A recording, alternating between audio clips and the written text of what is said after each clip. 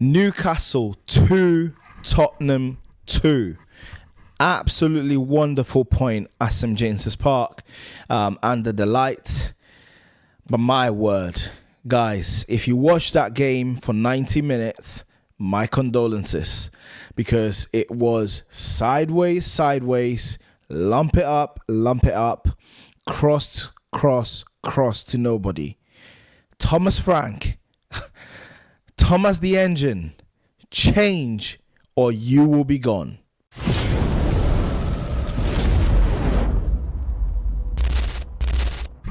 How's it going, people? Welcome back to the channel. Welcome back to Designated Hotspur. It's your boy Manny, and as a formality, as usual, smash the like button down there.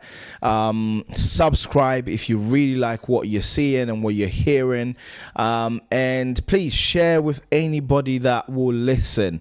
Any Spurs fan, any non-Spurs fan, just do what you need to do, guys. But we're here again after our game against Newcastle in midweek, yesterday, and I mean, we all thought we're going to get smashed in that one, even though in the group chats I predicted 1-1. I didn't have any conviction in that, and from that perspective, I think that was a massive positive. Captain Romero with the double at St James's Park, which rescued the points for us, and we will get into a conversation about the referee decisions, but they showed fight. They refused to lay down the players, I mean, and that's the positive. That's the positive that we need to take. And the players seem to have some quality. Lubo. They seem to have some quality. So let's get into the 5 things that we can take from this game. The first thing that we can take from this game is that, to me, and this is my personal opinion, you could say that was based on my frustrations, but it does not look like Thomas Frank is the guy for the job. Let me repeat it. It does not look like Thomas Frank is the guy for the job, because that was haramble. That was atrocious. We were just sat there and we decided to sit in a massive low block and just waited to become a. I mean, what is the plan here, Thomas Frank? What is the plan? It seems like he's so worried about the opposition, and I understand. And don't get me wrong, guys. Don't get me wrong. I would take this performance, which is the same performance we've had in all our games this season. All our Premier League games this season. I would take this performance if it was secluded to away games. I would be like, yeah, you know what? St James's Park, hard place to come, tough place, gritty place, under the light, in this weather. Great point. But best believe, do you guys think that the Brentford game at home is going to be different? Do you think it's going to be different?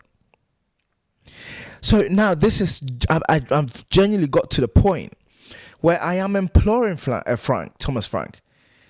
Thomas Frank, I've only got 81 followers, but if you're watching this, please change this philosophy. We are tired of this harambo. Tired. What is to say that when Maddison and Kulusevski come back, you're not going to play them the same way you're playing Xavi and Kudus? What is to say? I keep hearing, but when Kudus and when Xavi and Maddison come back, when Kulu and Maddison comes back, what is to say that this is not how he's going to play? Please show me otherwise. So this is to you, Thomas Frank. Show us something else. other than sit back, concede, and then take take the hand off the handbrake. Please figure this out. I mean, again, I had no issues with the lineup. I was a bit worried about Danso following his Fulham performance, but in the end, it was okay. I didn't think it was anything too drastic. I also didn't. I know I heard people complain about us making changes until the 75th minute. Again, I didn't have any issue with that either. It's just the intent, Thomas Frank. Genuinely, it's just the intent. Having 0 shots on target in the first half of the last 4 games, and including Fulham, by the way, having 0 shots on target against Newcastle until the 78th minute, that is haram ball. That is haram ball. Please. Second thing we've learned from the game yesterday is that clearly the players are good enough to put in a fight. Yes, we might not be good enough in the long run or from a long-term perspective, and our aim of trying to finish in the top 5. Yes, that might be it, but these players are better than good enough, and they're better than Fulham. They're better than Wolves. They're better than these teams that we allow to come to our gaff and bop us off the pitch. Captain Romero came to the rescue. Argentina international, World Cup winner, came in and did what he's supposed to do, and he's really spared the blushes of Thomas Frank. The third thing we've learned is something that we knew already. The referees in this league are the worst breed of referees in Europe. I'm sorry, but these guys have no clue. That penalty given against Bentancur is one of them. I mean, don't get me wrong. Bentancur was grappling, was tussling, was fighting with Dan Burn. Dan Burn had Bentancur in a chokehold, right? So if the referee had given the penalty, I wouldn't have had any issue with it, and I believe VAR wouldn't have even intervened. But for VAR to intervene on something which is not clear and obvious. I thought it was supposed to come in for clear and obvious decisions. And to give that penalty at that time, I'm sorry, but you guys cannot be defended. You can't be defended because you keep doing this. So that's my piece on the referees. The fourth thing that we need to point out is, although I keep, I am at that point where I think Thomas Frank long term is not going to be the one because his philosophy absolutely stinks. I don't want this to detract from the fact that the board are not innocent in this. They're not innocent in this. And if you guys believe what they're saying, and if you people in the board really and truly mean what you said when you said this is a new regime, this are new people, the Lewis kids, the 60-year-old Lewis kids want the best for Tottenham, then please look at our players and the team, the squad that you've assembled, and do something in January. I was one of the people who said at the start of, at the end of the transfer window in the summer, I literally said, right, listen, January is a tough transfer window. We're going to get one maximum, if we're lucky, 2 players. But listen, looking at what we have on the pitch, we need a number 8 badly. We need... We need another 10. It's mad that I'm saying this. We need another 10. We need a left winger, and we probably need a right winger as well. I'm okay to have Kolomwani and Solanke, hopefully.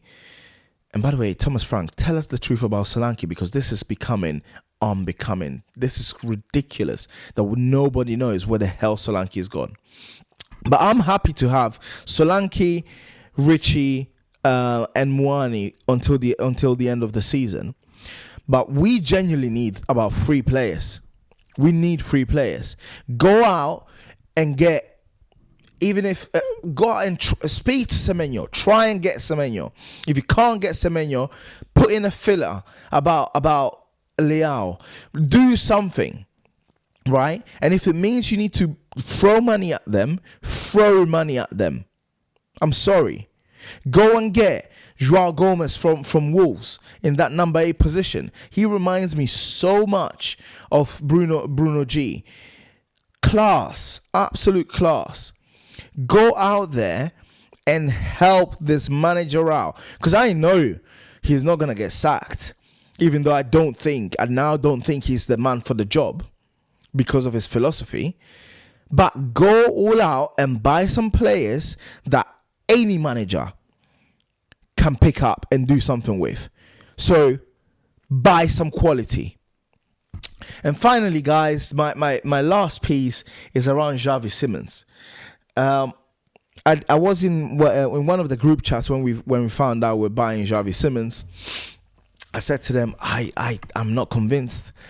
I think he's got the quality. I just don't think he's got the understanding of a 10 position. He doesn't understand the role. He doesn't understand how to play it. He's not physically lightweight. Someone who's physically lightweight for the Premier League was Bryan Hill. That's lightweight. Xavi is nowhere near Bryan Hill lightweight. He's not lightweight. He just does not understand the role. So yes, he needs time, but he's not ready yet. He's not ready yet. And that is really concerning. That is really concerning. It's not concerning because, it's concerning because we're Tottenham. It's concerning because we're Tottenham. And what I mean by that is, if this was Chelsea as an example, they would have bought Xavi Simons, understood that, you know what, he's got quality, he's not good enough, he needs time. They would have gone out and bought another 10 and had 3 10s, giving Xavi Simons the time he needs.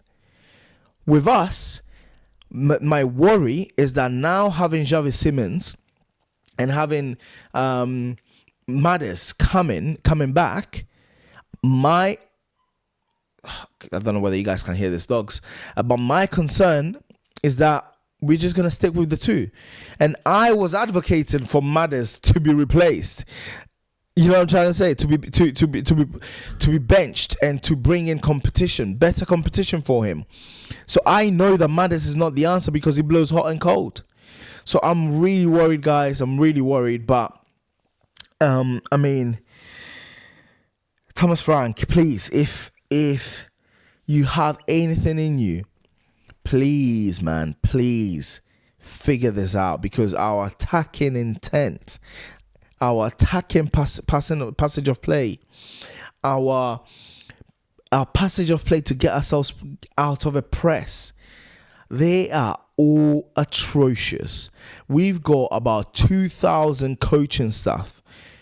Get on this. Get onto this. And if you want to keep your job, change. So guys, again, thank you so much for listening to me, and thank you so much for being around, subscribing, liking, commenting. I've gone from having 8 followers to having 81 now. And I know obviously that's nothing in comparison to main YouTubers, but it's still an incredible situation to be in. So please keep liking, keep subscribing, keep commenting. Tell me if you think I'm absolutely waffling. Tell me if you think Frank is your man, and I need to have more patience. And yeah, I'll be looking out for your comments and I'll be replying. But peace.